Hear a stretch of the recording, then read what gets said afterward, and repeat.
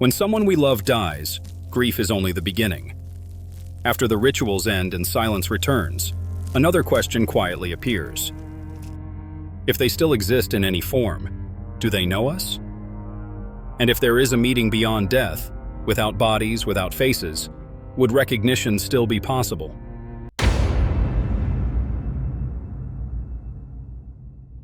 This question is not modern. It is ancient. It appears wherever humans have tried to understand death, not as an end, but as a transition. Across religions, cultures, and centuries, the idea keeps returning, that identity does not fully dissolve, and that relationships may continue in some form beyond the grave. But before we explore belief, we must understand what recognition actually is. In modern neuroscience, recognition is a complex process. It is not just visual memory. When you recognize someone you love, your brain activates emotional memory, autobiographical history, and a sense of self-continuity. Regions like the hippocampus and fusiform gyrus work together to link faces with meaning. This is why recognition feels instant and emotional, not logical. And this is also why neurological diseases disturb it so profoundly.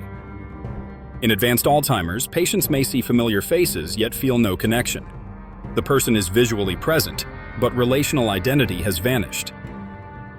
From a purely biological view, recognition depends on brain structure. When the brain stops, recognition should stop with it. And yet, this explanation leaves a gap. Because neuroscience still cannot explain consciousness itself, we can observe neural activity, but we cannot locate awareness.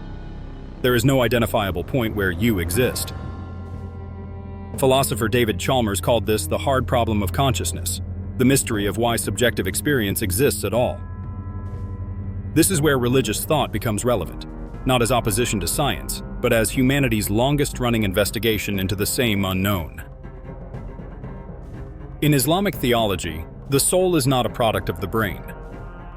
The Quran describes the soul as a command from God, something humans are given little knowledge about. Death is not annihilation, but separation. The body returns to the earth, while the soul enters barzakh, an intermediate realm between worldly life and resurrection. Classical Islamic scholars took this question seriously. Ibn al-Qayyim, in his book Kitab al-Ruh, compiled narrations suggesting that souls recognize one another after death, especially those bound by love or faith. Some reports describe souls meeting, conversing, and asking about those still alive. Importantly, these interactions are not physical. There are no bodies, no faces. Recognition is described as immediate knowing. Islamic theology emphasizes that the soul retains awareness and identity, but not in a way humans can imagine. The Quran avoids sensory descriptions, repeatedly reminding that the unseen operates by different rules. On the Day of Judgment, people recognize one another, speak, remember relationships, indicating that personal identity is preserved beyond death. Christianity presents a parallel but distinct framework. Early Christian doctrine teaches that the soul survives death and awaits resurrection. Church fathers, such as Augustine, argued that the soul retains memory and personal identity, even without the body. Heaven is often described as a place of reunion, not just with God, but with loved ones. The resurrection narratives in the New Testament are particularly revealing. After Jesus' resurrection, his followers sometimes fail to recognize him at first. Recognition occurs suddenly, often through interaction, rather than appearance. Scholars have noted that this suggests continuity of identity with transformation, recognition beyond physical familiarity. In Christian theology, recognition after death is not merely emotional comfort. It is tied to justice, love, and relational accountability. Souls are not absorbed into a collective whole. They remain distinct persons. Hindu philosophy approaches the question from a different angle.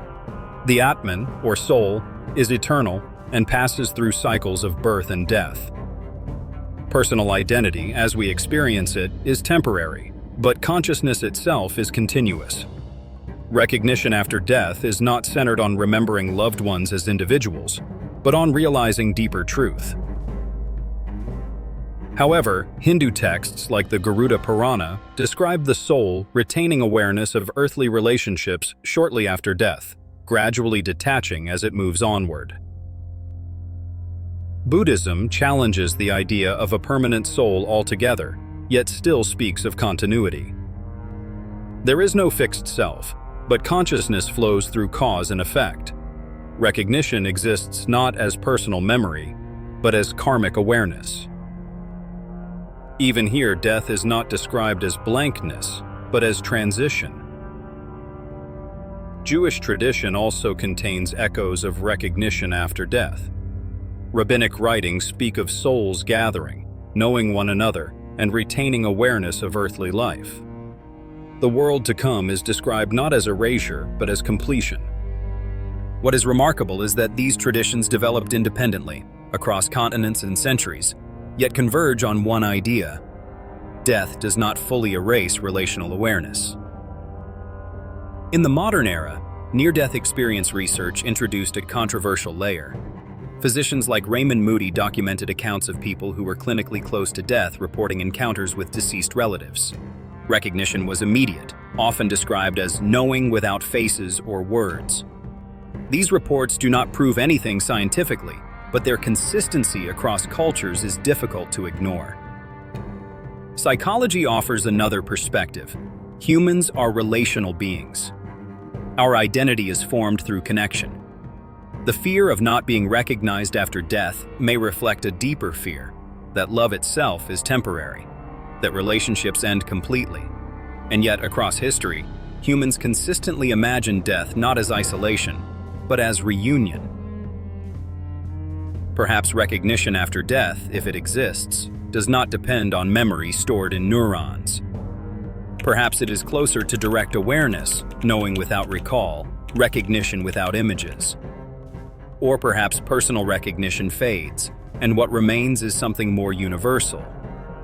At this point, honesty matters. Science cannot confirm recognition after death. Religion affirms it, but without physical detail. History preserves the question, not the answer. And maybe that uncertainty is intentional. Because the question itself reveals what humans value most, not survival, not eternity, but being known, being remembered, being recognized. If the soul does continue, recognition may not look like seeing familiar faces again. It may be deeper, quieter, more intimate than memory. And if it does not, then the fact that humans have asked this question for thousands of years tells us something profound about consciousness itself. Either way, the mystery remains, and perhaps it is not meant to be solved, only carried.